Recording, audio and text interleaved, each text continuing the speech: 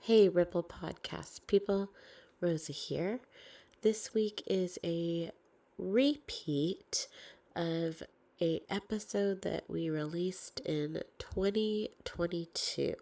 One of our most listened to episodes, Hurricane Harbor. Tune back in next week for a brand new episode with our new format.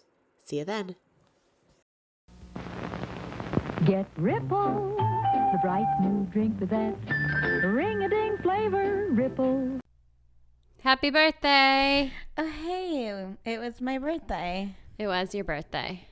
We celebrated last night. Yeah. It was fun. It was a good time. Thanks for coming out. It was fun. Camarillo closes early. Very early, but we found a place that stayed open until 10. Ooh, wow. That is pretty late for me. I got to tell you, I'm still tired. Yeah, I've been kind of dragging a little bit today. We didn't even drink that much. No. I think it was a good amount. It was just enough to You drank a lot more. I had one more drink than you. I don't think so. I think you had quite a few more than I did. I had a Moscow Mule. Uh-huh. I had a margarita. Yes. And 2 beers.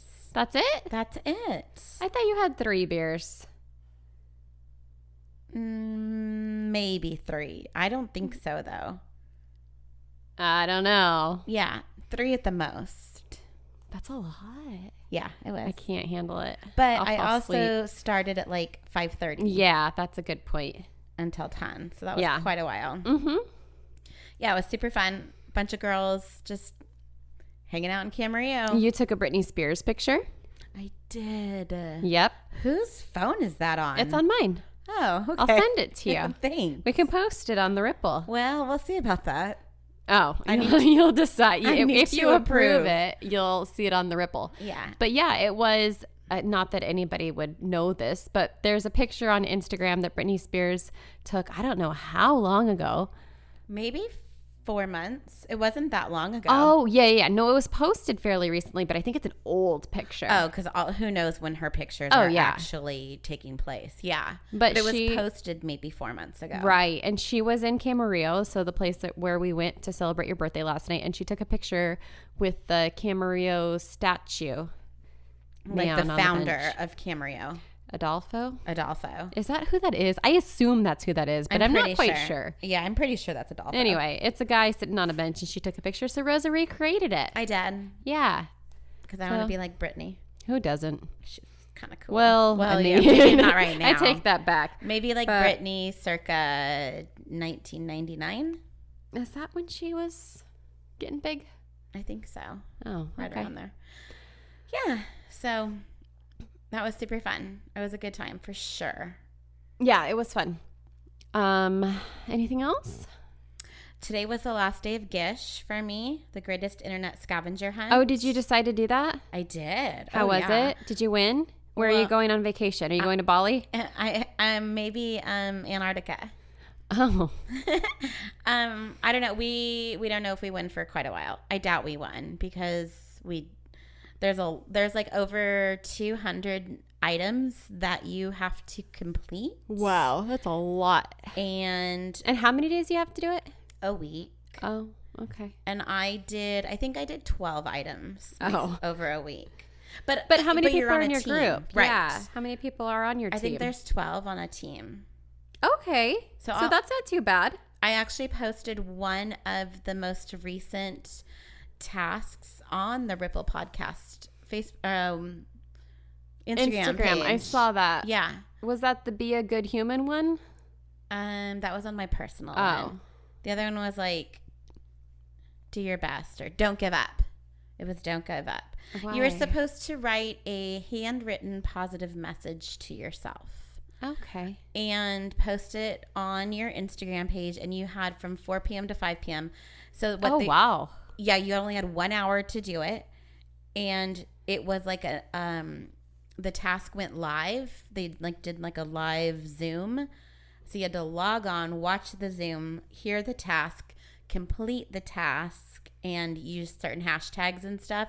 And they were creating a world record. Okay. So I don't know. That sounds a little high, like pretty intense. I didn't realize it was that time sensitive.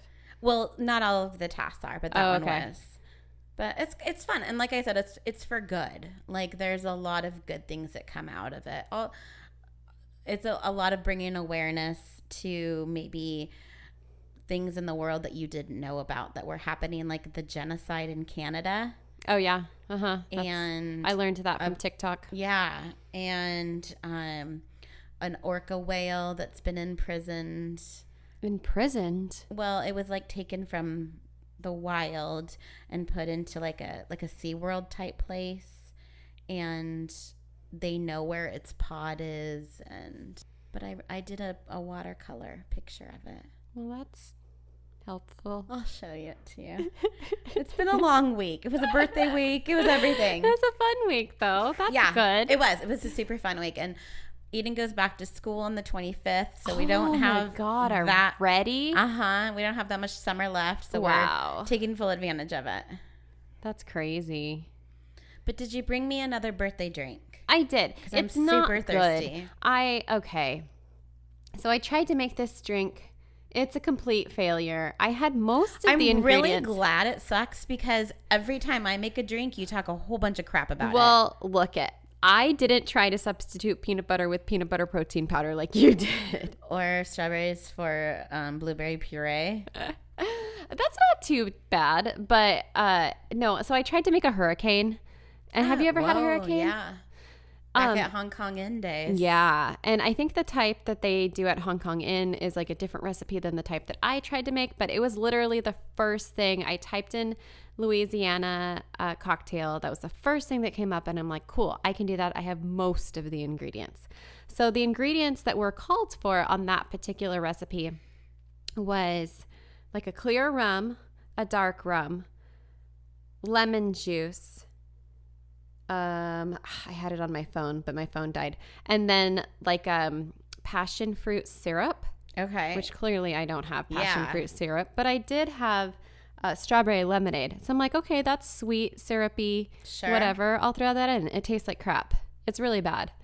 And then as I scrolled down, I saw all these other recipes that sound way more similar to like the Hong Kong Inn type drink that we had, which are way more fruity. It had like orange juice and grenadine and, you know, things like that. I'm like, okay, that sounds way more like the typical hurricane that I'm used to. Remember the volcanoes at Hong Kong Inn that they'd light on fire? Vaguely. And if you had the choice, you could either let the fire continue to burn in the center of the volcano, or you could blow out the fire and pound that like 100% alcohol. Oh, it was probably like 151. Huh? Yeah. Yeah. So those were your options. Yeah. I mean, you don't want to let it burn off. What a waste.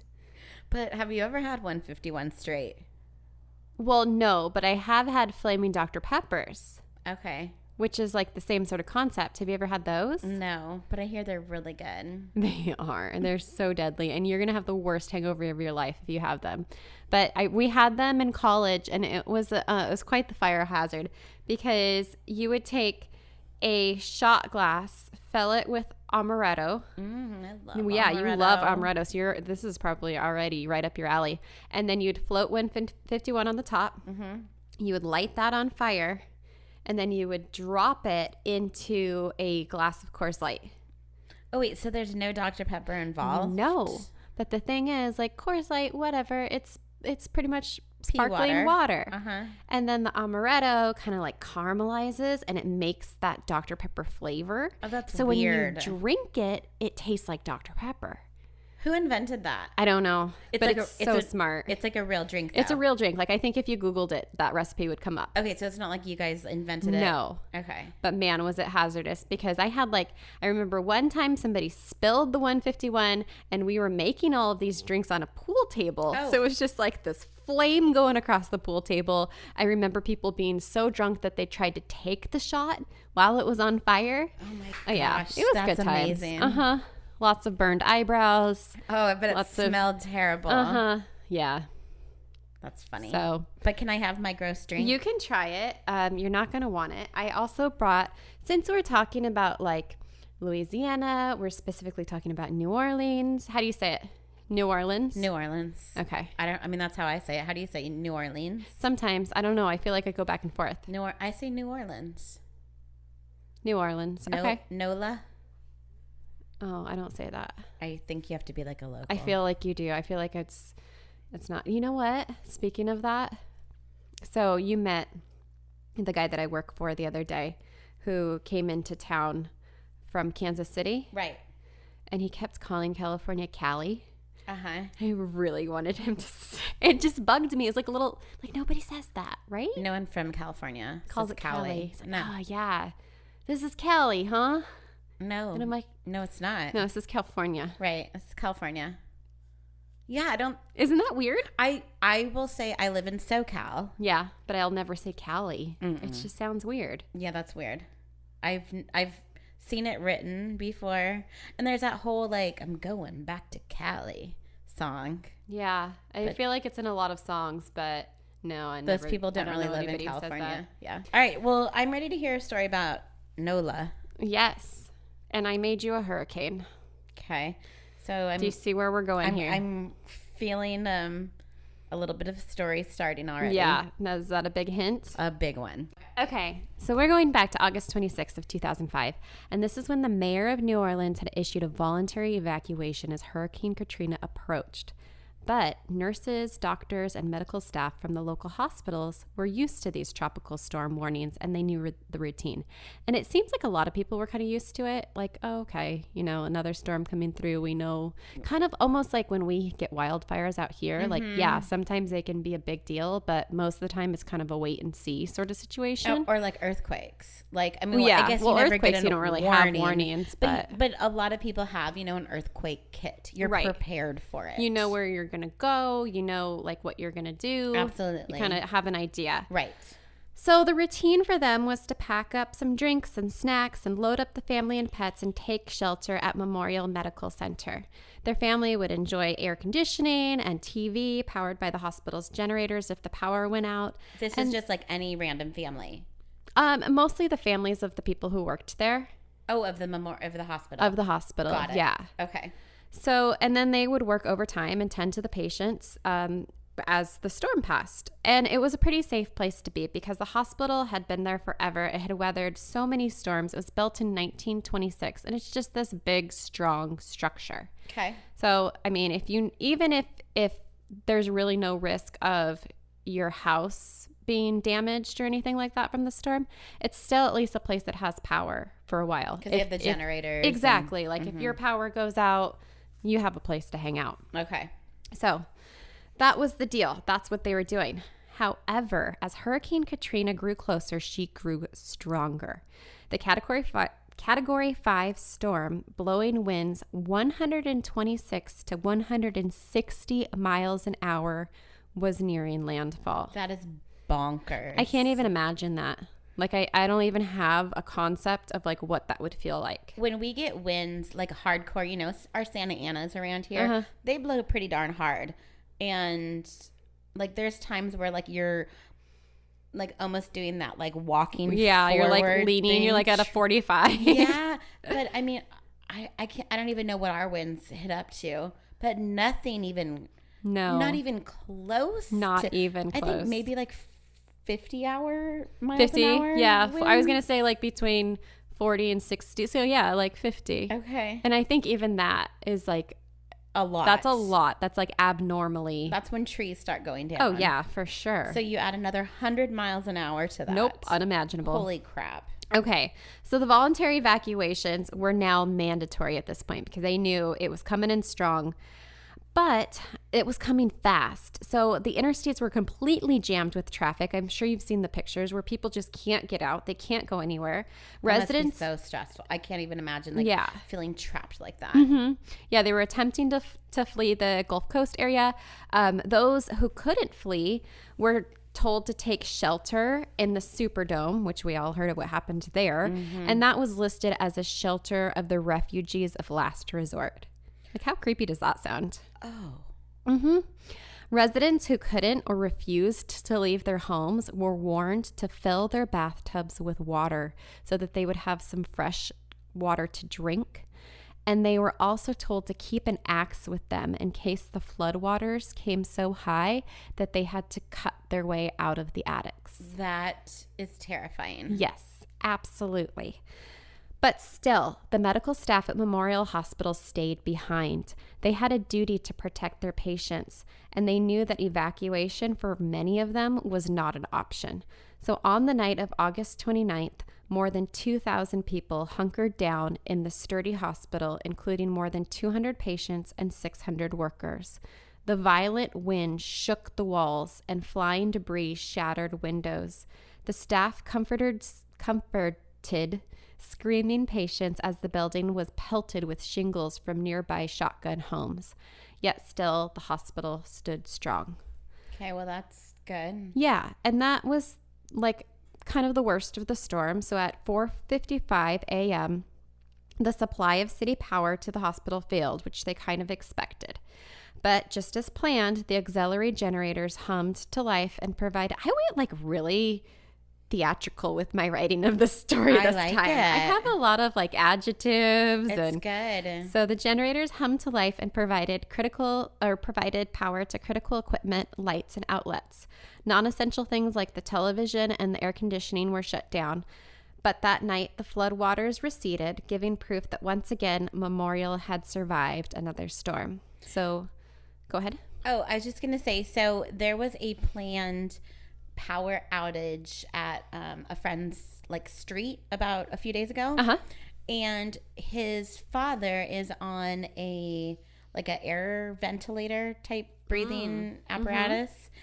And luckily they had, it was planned, like they were given notice that this power outage was going to happen, but also luckily they had a generator that they could use to keep his air going, because like those people will die without that. Absolutely. So I'm sure these people in the hospitals, like, once that power, has that 30 seconds or whatever of click off before the generators click on, there's a bit of panic in that. Yeah, just itself. hoping that like, okay, this is what's supposed to happen. Let's just wait. No. Okay, and there go. it goes. Yeah. Mhm. Yeah. I mean, I can imagine that even though, like I said, it's fairly routine for them to go through something like this, it's still, there's probably a little bit of anxiety of like, okay, hopefully everything goes as planned. We have these emergency plans in place for these reasons, and let's hope that we can stick to them. Right. So after the storm had passed, they were like, okay, it's fine. We survived. We're getting through it. We have all hands on deck. We're making sure the patients get the care that they need. And it was almost like the sun was coming up and there's like this sigh of relief. But unfortunately, that sigh of relief was very short-lived, because on the morning of August 30th, so the following day, a nurse looked out the window and immediately called to her co-workers. She screamed, "Look outside." And that's when what they saw was hard to believe. Water was gushing from the sewer grates. Just moments later, a dark stream of water grew into a river as it filled South Claiborne Avenue, which was the street leading to the hospital. What is it? Well, this is when they realized that the levees had failed and Memorial Hospital was located at the low point of an already below sea level city of New Orleans. Oh.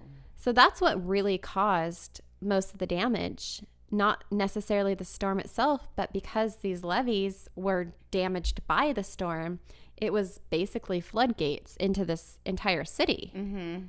So, especially, like you said, the low areas. Oh, yeah, yeah. So then Chief Executive L. Rene, I want to say his name is pronounced Go. Yeah, I'm going to go with Go. Okay. It's one of those French names.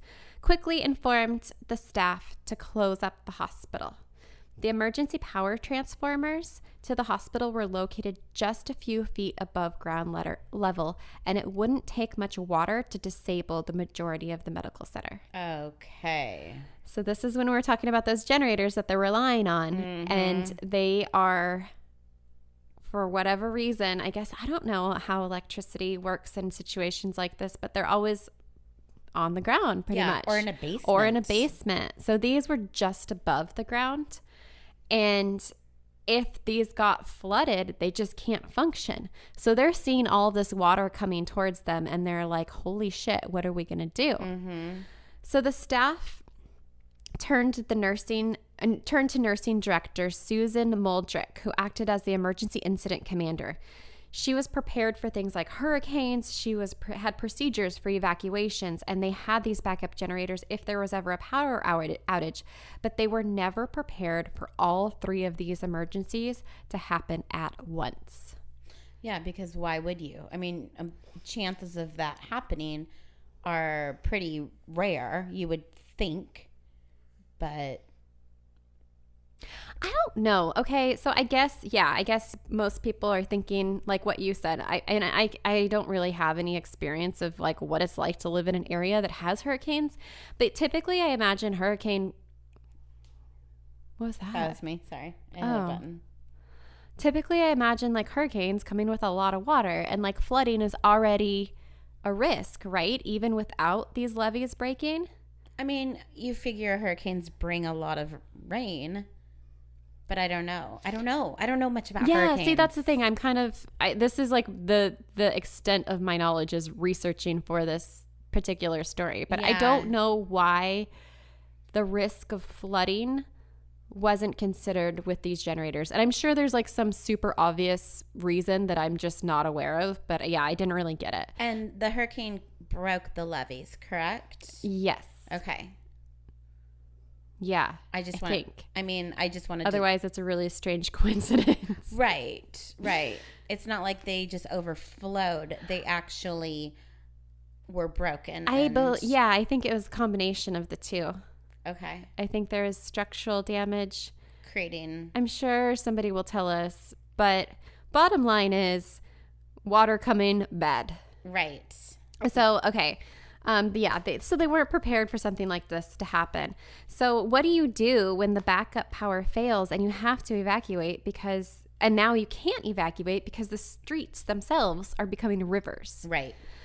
So this is what they went to next. So at 12:28 p.m., Memorial Administrator typed in all caps "help" in the subject line of an email sent out to all of the surrounding hospitals, letting them know that they would soon lose power, and more than 180 patients had to be evacuated and transferred to other facilities for treatment.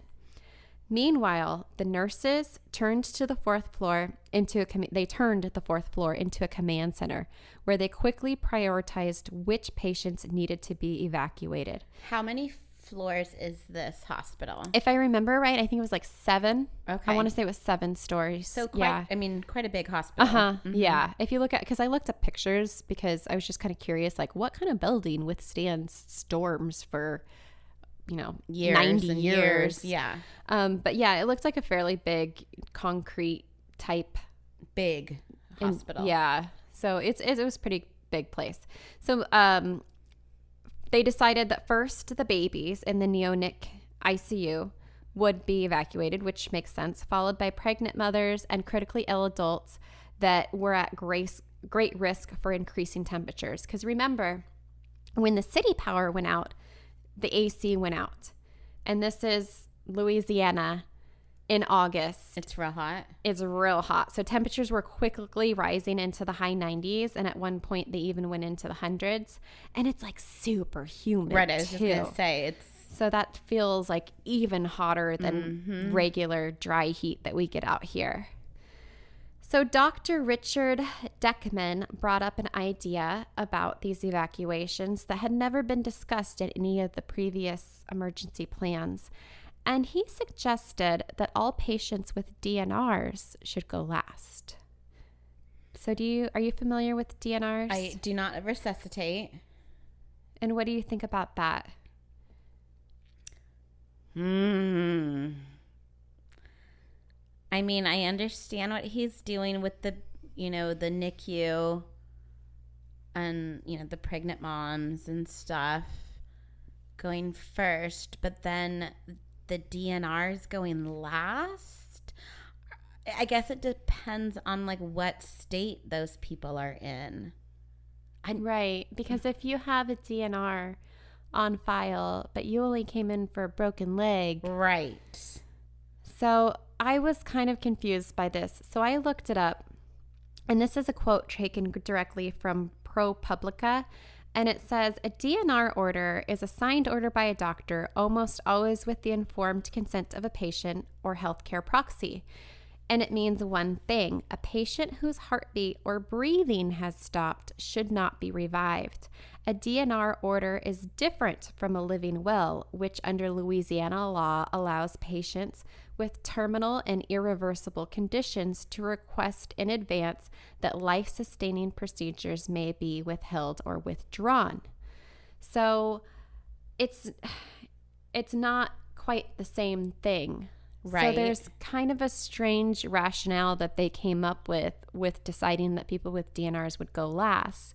And Dr. Bell Armington, a neuroradiologist, agreed, and that he kind of justified it by saying that he thought the patients who did not wish their lives to be prolonged by extraordinary measures wouldn't want to be saved at the expense of others in an emergency evacuation like this.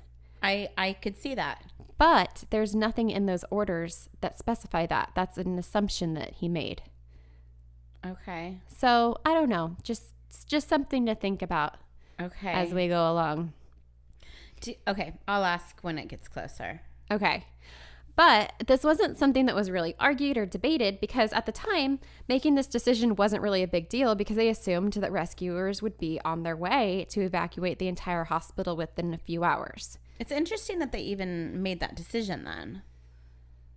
Like, to begin with. You know, Yeah. the DNRs would go last. That would even be brought up. Mm-hmm.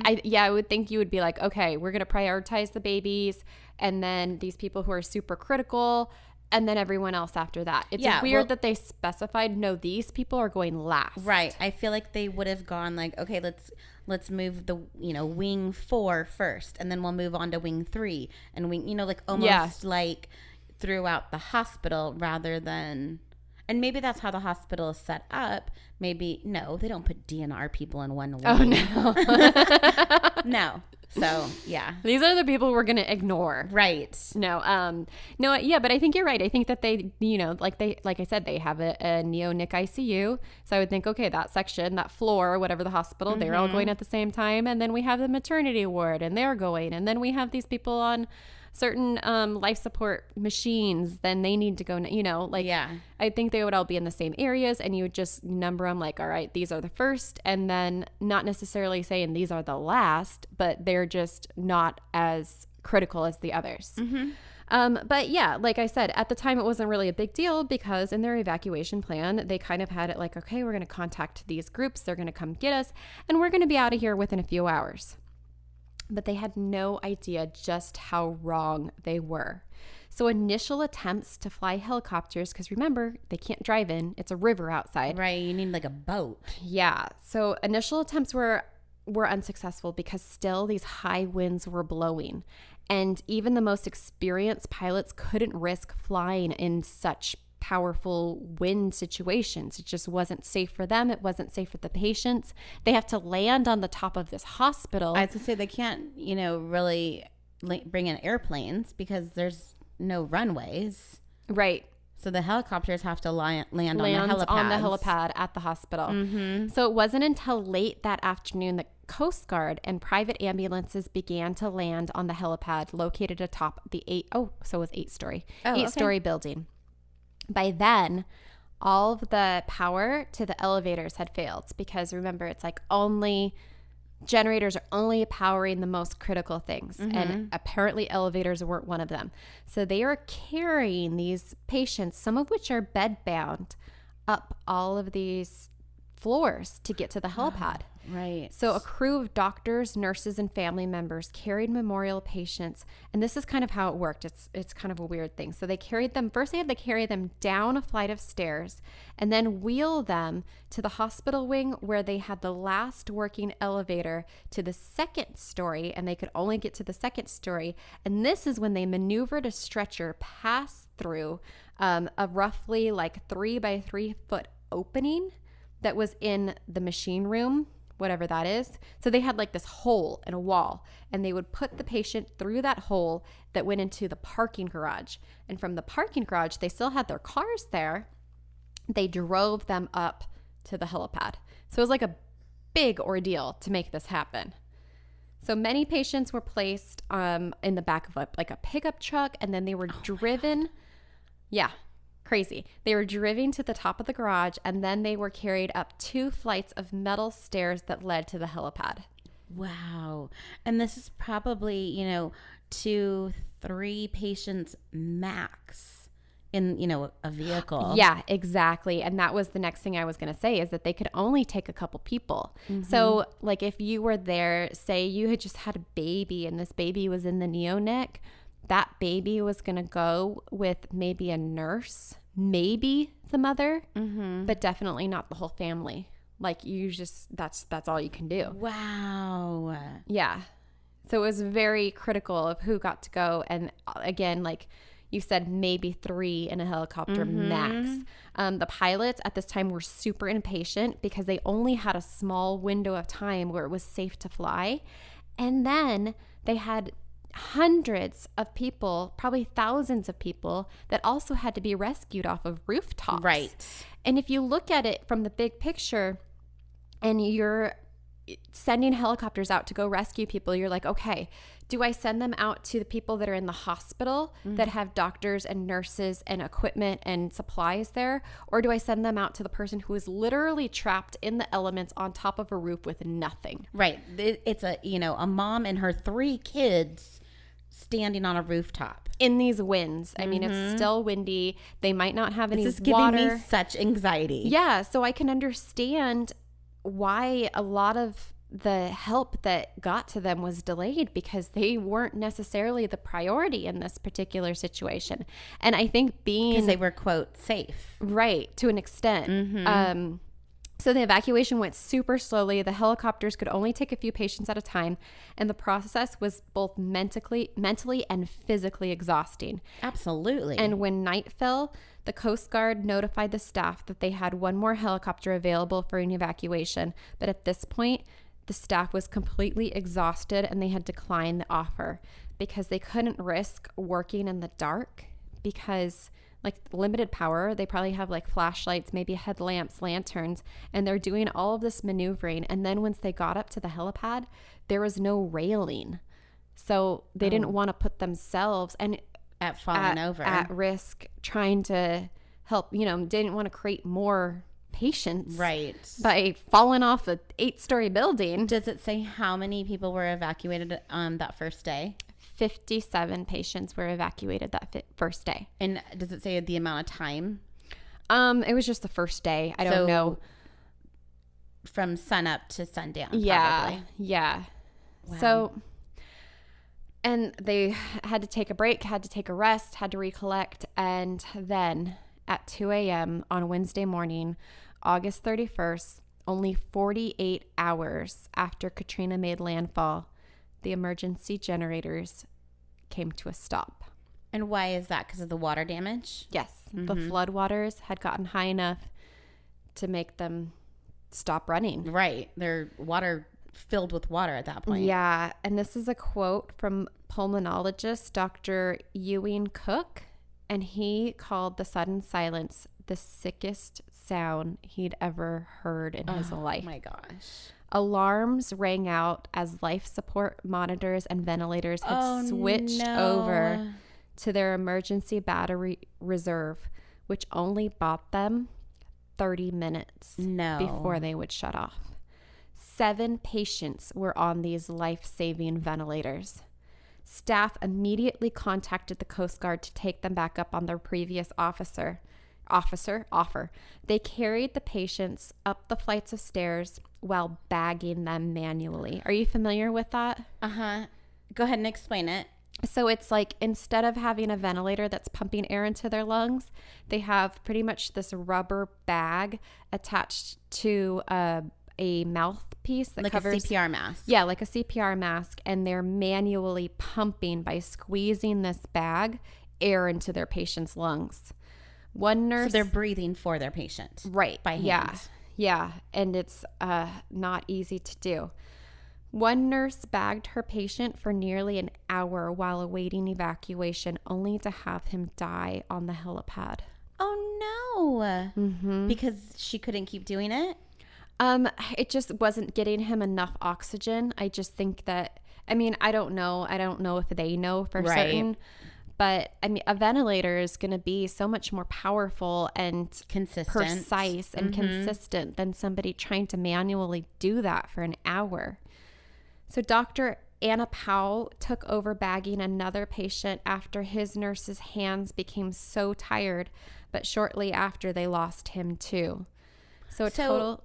Oh, go ahead. Let me ask you this. These patients that were on ventilators, do we know if they had DNRs or not? Or were they, I know this is my sick, morbid thought process, but were they coherent or were they comatose? Well, I think if somebody is on a ventilator, they wouldn't have a DNR because a DNR would is prevent breathing that for them. Yep. Yeah, so that's like that step of I didn't even extraordinary think about that. life-saving. Like a ventilator, it wouldn't be put on somebody with a DNR at all. Yeah. So at least that's my understanding. No, that makes total sense. I didn't even think about that Yeah. part. I wonder if they were awake. I kind of I don't know. I hope I not. really don't know. hope- I wouldn't think so, but I'm not certain. Mm-hmm. So a total of 3 patients died the early morning hours after their ventilators had failed. The 4 others that were on ventilators were safely evacuated. Okay, that's good. So the patients who passed, their bodies were taken to the hospital chapel where the chaplain prayed over them to comfort, and they also had to comfort these distraught nurses and doctors who were working so closely for so many hours to try to save them and just couldn't do it. I think chaplains are like some of the most special people because they see the constant like sadness and horrible situations. You don't call out a chaplain for a celebration. You call out the chaplain when horrible things happen. And I don't know. I just think that's a special, special person. Yeah, I think it takes a lot. I mean, you were the shoulder to cry on for everything. I'm my principal at the very first school I worked at. He's also the Ventura County Sheriff Chaplain. Oh, wow. And probably one of the kindest people I've ever met in my life. Well, I sure hope so. Well, but even in like I mean, as a principal, like of students. Oh, cool. Just a really, really good person. And you would think a job like that, like you only could do it for a year, 5 maybe. He's been doing it since before I knew him. And he's still doing it. Yeah, that would be really rough. Quick question, since you brought that up. What's the difference between a chaplain and like a pastor or priest or... A pasture is where cows live. Pastor.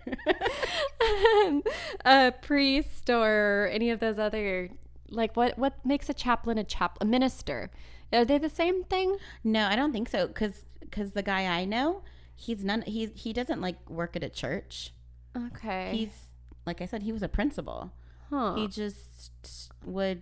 I don't know how that works. He would go there to support people. I need to look. I'm curious now because when you said they don't get called out to happy events, I'm thinking like, well, what if they also marry people? Or is that something totally different? I think that's totally different. Okay. Yeah, because the guy, like I said, the guy I know, he was just the chaplain. He didn't work at a church. He wasn't like up there giving sermons or anything. Yeah. He just was a principal and called out for horrible. Wow. He was just in the paper last week, actually. That's crazy. Hugging a mom whose children had passed away in a car accident. Oh God. Mm-hmm. Yeah. That Terrible. takes a certain kind of person. I just saw, kind of random, I just saw recently that our local Navy base is hiring a chaplain. And I'm like, oh my God. Well, and that'd be so hard. I'm pretty sure Ron doesn't get paid. Oh, well, this is a paid position. Oh, okay. But either way, I mean, no amount of money could I couldn't do it. I'd put you through that kind of. Uh-uh. I mean, they're like saints. That's pretty amazing. Seriously. Yeah. Oof. All right. So let's get even darker. Okay. So And at this point, I'm assuming that the morgue in the hospital is flooded because they are now storing these bodies In the chapel. in the chapel.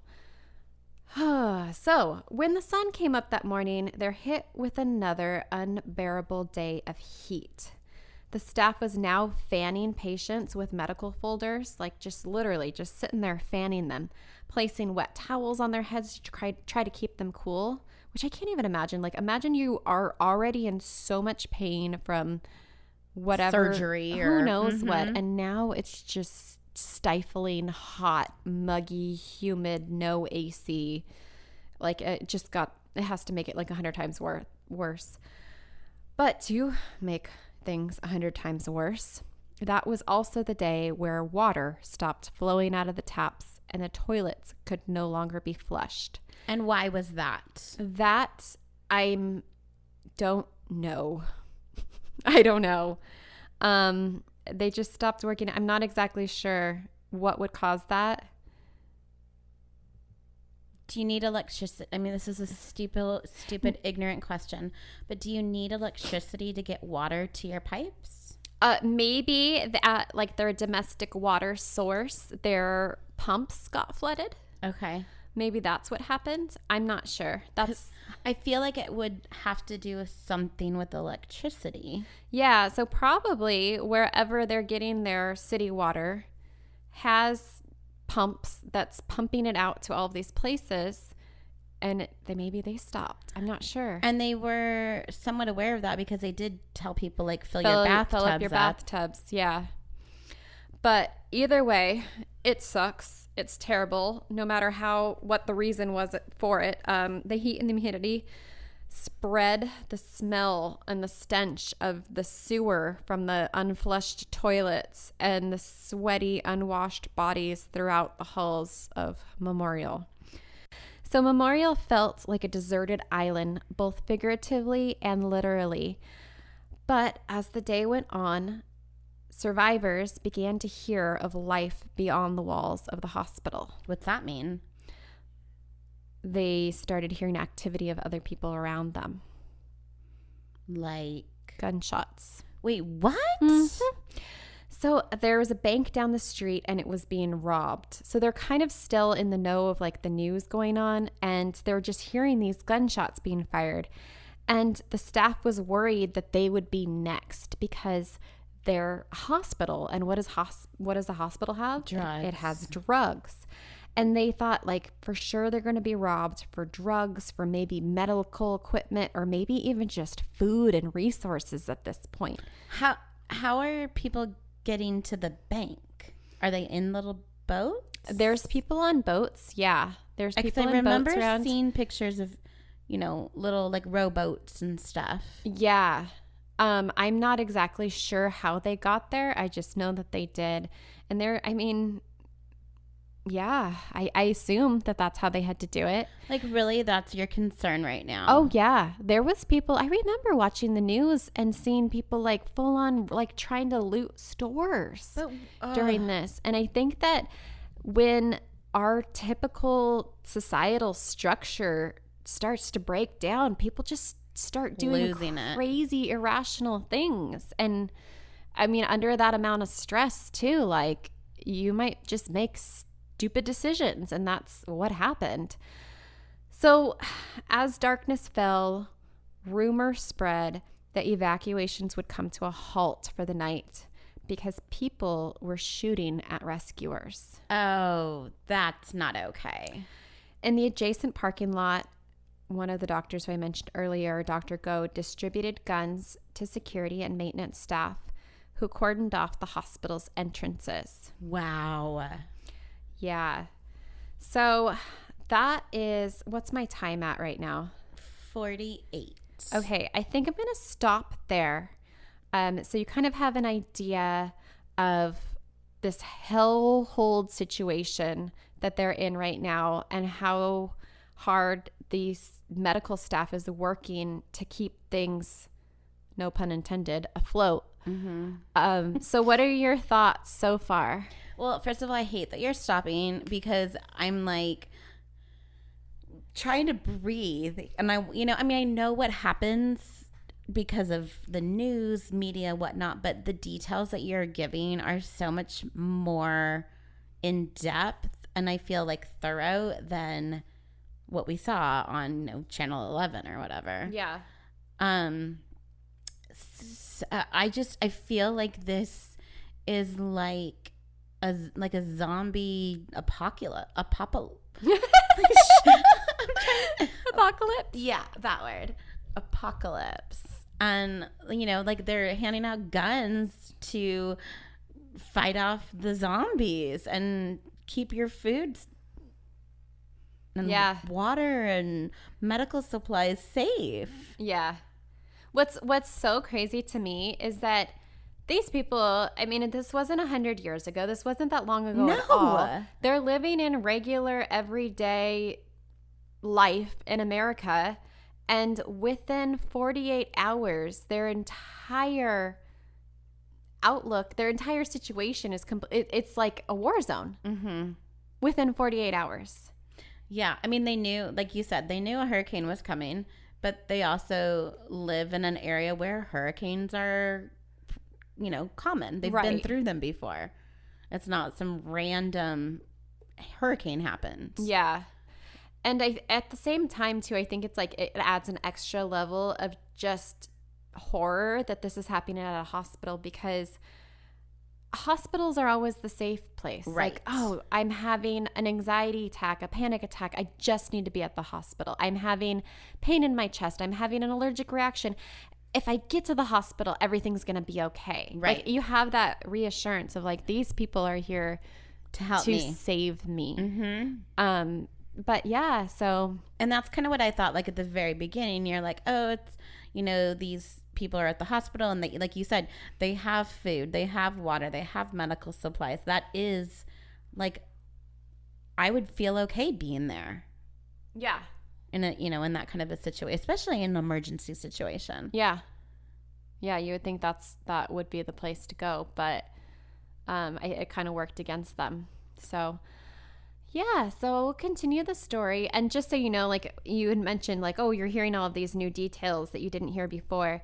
I didn't give out my main source at the beginning of this, but this is mostly, I'd say majority of the information came from the book 5 Days at Memorial, which is, I think I mentioned last week, it's like 17 hours on did. Audible. So I'm trying to condense that into maybe 2 hours.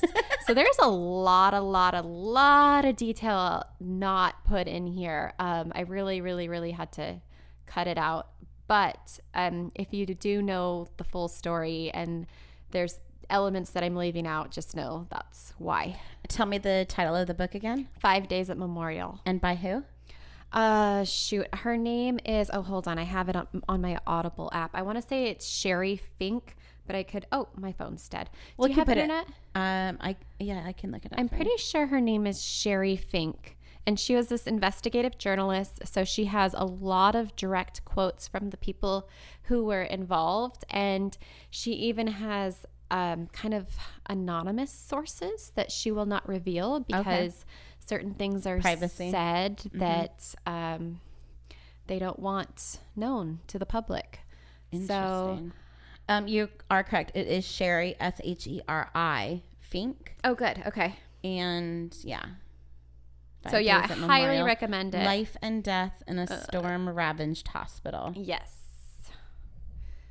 Well, do you want me to lighten the mood a little bit? Yes, please. Okay, let me give you 2 truths and a lie. Oh, yay. Okay, so I have 2 truths and a lie about Louisiana. Yes. All right, so you've got to figure out which one is the lie.